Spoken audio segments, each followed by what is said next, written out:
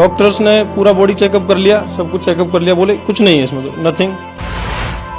हनुमान जी के वहां गए, बालाजी के, उसने जो है बोला दान दो। मैंने कहा लो 100 रुपए का दान मांगा। मैंने कहा 1000 पकड़ो महाराज, यदि कुछ हो जाए तो मैं अभी सारी रात मेरे एक टांग पे खड़ा रहूंगा, यदि कैसा भी कुछ भी यदि इसमें होता है वो करने को तैयार हूँ, फुली डेडिकेटेड। कोई कहता ना पाकिस्तान चला जा, पाकिस्तान जाने को तैयार था। कोई बोला अमेरिका चला, अमेरिका जाने को तैयार था।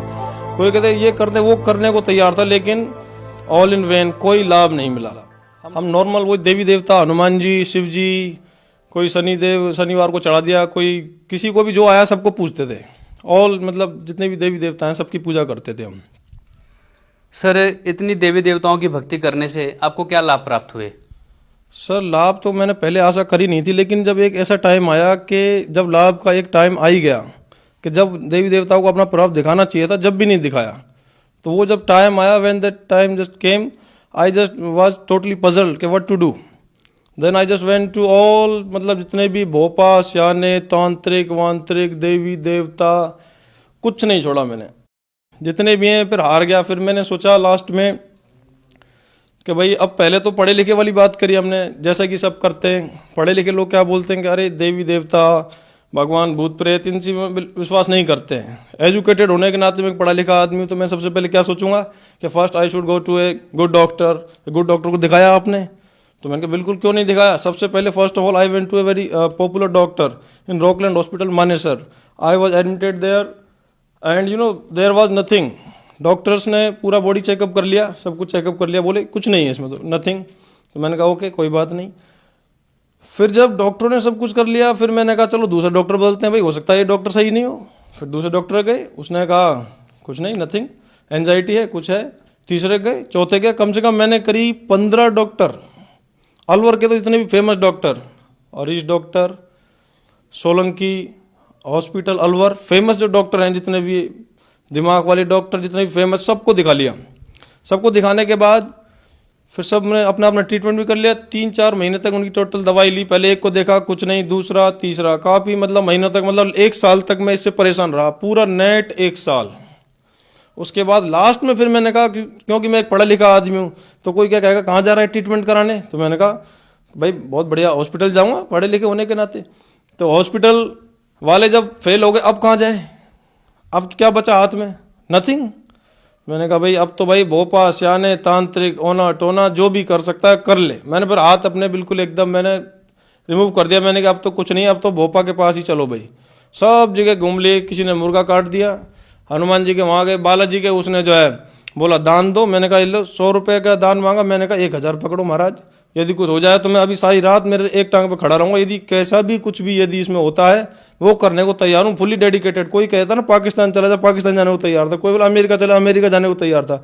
कोई कहते ये करते वो करने को तैयार था, लेकिन ऑल इन वेन, कोई लाभ नहीं मिला। सर, आप हर जगह से थक चुके थे, कहीं भी आपको लाभ प्राप्त नहीं हो रहे थे, फिर आप संत रामपाल जी महाराज के शरण में कैसे आए? सर यू नो एक्चुअली क्या है कि एक मेरा एक फ्रेंड था जो कि सतसाहिब इंस्टीट्यूट अभी फिलहाल अलवर में चला रहे हैं। तो उस दोस्त ने मुझसे कहा कि भाई ऐसे ऐसे मैंने एक गुरुजी से नाम ले रखा है। मैंने उसका एक बार 2013 में इंटरव्यू देखा था संत रामपाल जी महाराज का। उसमें एक बहुत इस तरीके की घटना थी जैसा मेरे साथ हो रहा है, कुछ इसमें अजीबोगरीब चमत्कार ऐसी कुछ बातें हो रही थी। तो मैंने कहा यार एक बात बता, तुम्हारे गुरुजी हैं वो भी तो कुछ ऐसा ही करते हैं? तो बोला हाँ, लेकिन मैंने कहा लेकिन वो तो जेल में है। तो बोला आप जेल वेल छोड़ो। तो मैंने कहा यार उनका मैंने ज्ञान पढ़ा था, एक बुक एक आई थी, message to devotion trader. One of my student gave to me that book and I read that book and that was totally unique knowledge in this world and I was very impressed because of that book. So but I didn't know where to go, रास्ता मुझे मालूम नहीं था। किताब तो मैंने पढ़ ली, लेकिन नाम कहाँ से लूँ, किसके पास जाऊँ, ऐसा किसी ने नहीं बोला। एक मेरा पुराना स्टूडेंट था, उसने मुझे दी कि सर आप ये इस बुक को एक बार आप पढ़ के देखिएगा। बहुत ओल्ड एज मैन थे वो, इंग्लिश में मैं पढ़ाता था, स्पीकिंग करता था, तो उन्होंने मुझको इंग्लिश में ला के दी थी। तो मैं बहुत प्रभावित हुआ और मैंने कहा it's a very good book.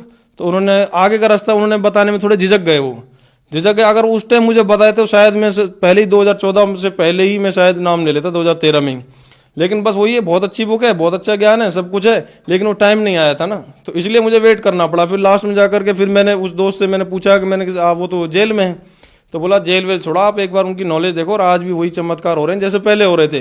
तो मैंने कहा अब तो जैसे ही उन्होंने ये बात कही वैसे एकदम मेरा दिमाग एकदम बिल्कुल कंफ्यूज टोटली। मैंने कहा ये सही है बिल्कुल, कैसे भी करके मुझे नहीं मालूम था, वो जेल में होने के बाद भी ऐसे हो रहा है, नाम मिलता है।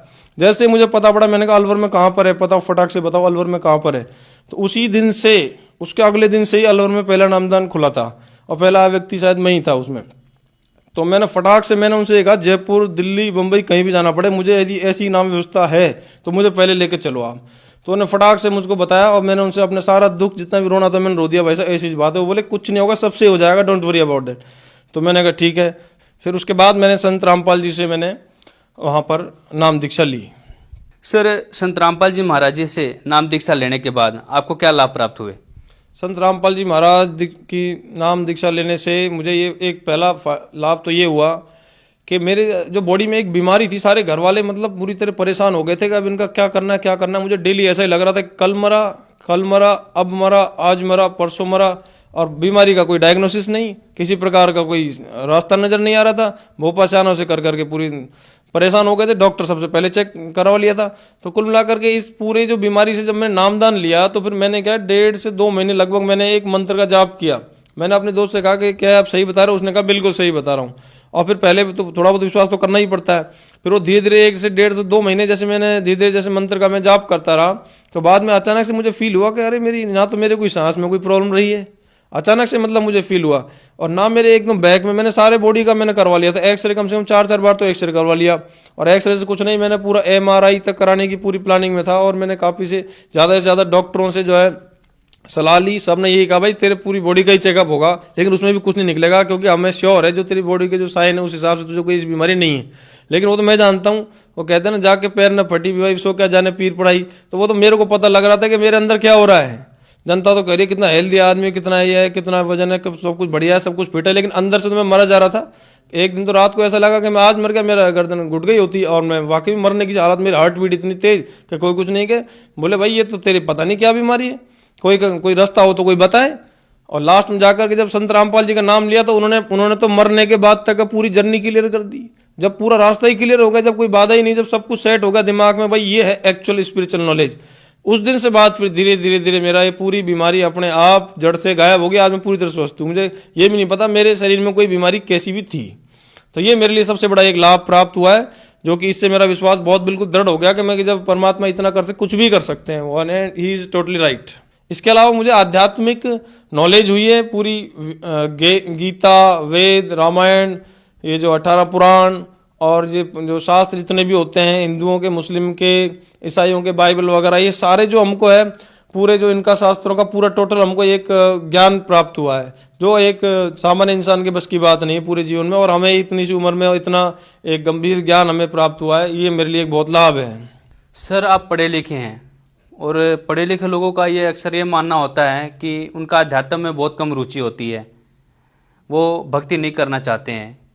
सर, ये बात कहाँ तक सही है?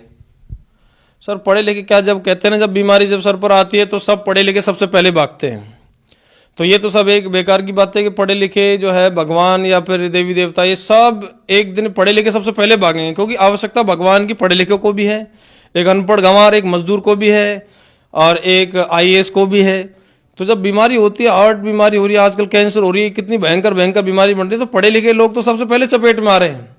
तो पढ़े लिखे लोग तो तुरंत समझ जाते हैं, बाइबल पढ़ के देख लो फलाने पेज पे फलाने ये लिखा हुआ है। तो पढ़े लिखे लोग तो इस टाइम पर सबसे ज्यादा आकर्षित हो रहे हैं। अकॉर्डिंग टू मी, मेरे अनुसार तो ऐसा ही है कि पढ़े लिखे लोग इस टाइम सबसे ज्यादा आकर्षित होंगे, क्योंकि संत रामपाल जी महाराज जो हमारे गुरु जी हैं, वो एक बिल्कुल एक सही रास्ता दिखा रहे हैं, और वो सारे प्रमाण के साथ दिखा रहे हैं। सबसे पहली इंपॉर्टेंट बात ये हो रही है इसमें। सर, आप एक ऐसे संत के शरण में जा रहे थे जो जेल में है, आपको ऐसा नहीं लगा कि कहीं मैं गलती कर रहा हूँ? सर एक्चुअली क्या है कि पहले हमने जांचा परखा, वो कहते हैं ना कि एक कबीर साहिब जी ने एक दोहा कहा है कि पानी पियो छान के और गुरु बनाओ जान के। तो उस दोहे के हिसाब से मैंने पहले गुरु को जाना। क्या ये बिल्कुल सही बात कह रहे हैं? तो वो गुरु को जानने के बाद हमने किया। अब इसमें जेल में हो चाहे कहीं हो, इससे कोई फर्क नहीं पड़ता है, क्योंकि उनका ज्ञान बिल्कुल सच्चा है। और ये एक हमें बाद में पता लगा ये एक राजनीतिक षड्यंत्र भी है, और उनके ज्ञान का विरोध किया जा रहा है। तो ये है इसमें एक्चुअल बात। जैसे कि आपने अभी बताया कि संत रामपाल जी महाराज का ज्ञान का विरोध किया जा रहा है, सर क्या कारण है सर? संत रामपाल जी महाराज के ज्ञान का विरोध इसलिए किया जा रहा है, एक तो झूठे पाखंडियों की दुकान खुली हुई है, मंदिर मस्जिद गुरुद्वारा और ये सारे इतने टोना भोपा ये सब अपनी दुकान खोल के बैठे हुए हैं। कोई परेशान जनता मेरे पास आए और मैं इसको झूठा एक दिलासा दूं और कोई रास्ता बचता नहीं है। डॉक्टर के बाद फिर ये भोपा से आने और पंडित, इनके चक्कर में आदमी चाहे कैसा भी हो फंसता जरूर है, 100% सिक्योर बात है। इसीलिए जब इनके भोपा सियानों की दुकानें बंद होने लगी, सच्चे ज्ञान का प्रचार होने लगा, जनता तो चलो बोली है, उनको तो मालूम नहीं है, लेकिन जो ये पाखंडी लोग हैं जो अपनी दुकान इनकी बंद होने लगी, तो जैसे दुकान बंद होने लगी तो इन सबको क्या भय हो गया कि हमारी तो रोजी रोटी बंद हो जाएगी, हम कहाँ जाएंगे अगर ये ऐसा होने लगा। तो इस कारण से ये पूरा एक षड्यंत्र है। और आर्य समाजों की संत रामपाल जी महाराज हमारे गुरु जी ने एक पुस्तक दी, दयानंद सरस्वती ने लिखी सत्यार्थ प्रकाश। तो वो जो पुस्तक है, पुस्तक में गुरुजी ने एक एक चीज खोल के बता दी, देखो इसमें फलाने पेज पर इस तरीके से लिखा हुआ है, जो कि बिल्कुल गलत था सामाजिक दृष्टि से भी, और दुनिया उसको फॉलो करती आ रही है। तो उन जब अज्ञान की खाल उतार दी, एक तरीके से कह सकते हैं, तो अज्ञान की जब खाल उतार दी तो सारे के सारे जब अपने एक षड्यंत्र इस तरीके से रचा गया है। सर आप पढ़े लिखे हैं, एजुकेटेड हैं, लेकिन कुछ लोगों का यह मानना है कि जो संत रामपाल जी महाराज जी से नाम दीक्षा लेते हैं वो अंधश्रद्धा भक्ति के तहत लेते हैं। सर ये बात कहाँ तक सही है? अंधश्रद्धा भक्ति के तहत लेते हैं, ये तो एक अब जब श्रद्धा है तो वो तो अंधी होनी चाहिए।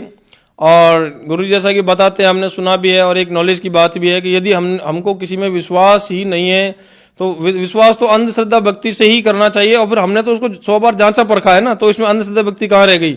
हमने तो पूरी तरीके से जांचा परखा है, 2-3 महीने तक ग्रंथों को देखा है, गीता को देखा है, एक एक श्लोक को देखा है, सारी चीज देखने के बाद हमें पता लगा ये तो बिल्कुल सही करे। तो इसमें अंधश्रद्धा व्यक्ति तो हमारे मन के अंदर, अब हमको परमात्मा जब हमने मान लिया और उनका टोटली हर तरफ से जब सही सेट बैठ रहा है तो वही एक रास्ता बचता है, और कोई रास्ता भी नहीं है। कहीं भी चले जाएं बस केवल एक ही रास्ता नजर आएगा। कई बार मुझसे लोग पूछते हैं कि यार आपने तो अंधश्रद्धा व्यक्ति है, तो मैंने कहा अंधश्रद्धा व्यक्ति ठीक है, आप जिस दिन भगवान को ढूंढने निकलोगे उस दिन आपको हिसार हरियाणा में ही जाना पड़ेगा, और कोई इस पृथ्वी पर रास्ता है ही नहीं, आपको संतुष्टि ही नहीं मिलेगी, वहीं जाकर के मिलेगी। सर आप युवा पीढ़ी से बिलोंग करते हैं, तो आप जन समुदाय को क्या संदेश देना चाहेंगे? साथ साथ आप युवाओं को भी क्या कहना चाहेंगे? युवाओं को यही कहना चाहूंगा, ये 4 दिन की चांदनी है, फिर अंधेरी रात, बुढ़ापा सब पर आएगा, एक्सीडेंट किसी का भी हो सकता है, गलत काम किसी के साथ भी हो सकता है, बीमारी किसी को हो सकती है, कैंसर किसी को हो सकता है, किसी भी प्रकार की समस्या कभी भी किसी भी सेकंड कहीं से आसमान से टपक सकती है। क्या आपके पास कोई कैसी भी सिक्योरिटी है? यदि सिक्योरिटी नहीं है तो चुपचाप भगे चले आए, संत रामपाल जी महाराज से नाम लें, क्योंकि वहीं पर सिक्योरिटी मिलती है, इस पृथ्वी पर और कहीं कैसी भी सिक्योरिटी नहीं है, और सच्चा रास्ता भी वही है। इसलिए मैं युवाओं को यही संदेश देना चाहूंगा कि आप जाएं, अपना कल्याण करवाएं, नाम लें और हर तरफ से सुरक्षा प्राप्त करें। वरना आजकल आप अखबार पढ़ते हैं, डेली एक्सीडेंट हो रहे हैं, कोई कैंसर से मर रहा है, कोई किसी बीमारी से मर रहा है, तो इसका एक आपको लास्ट में जाना वहीं पड़ेगा, फिर भी यदि आप अपना बचाव चाहते हैं तो। सर संत रामपाल जी महाराज जी से नाम दीक्षा कैसे ले सकते हैं?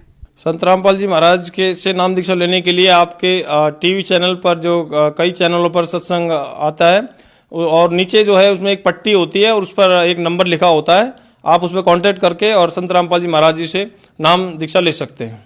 धन्यवाद सर।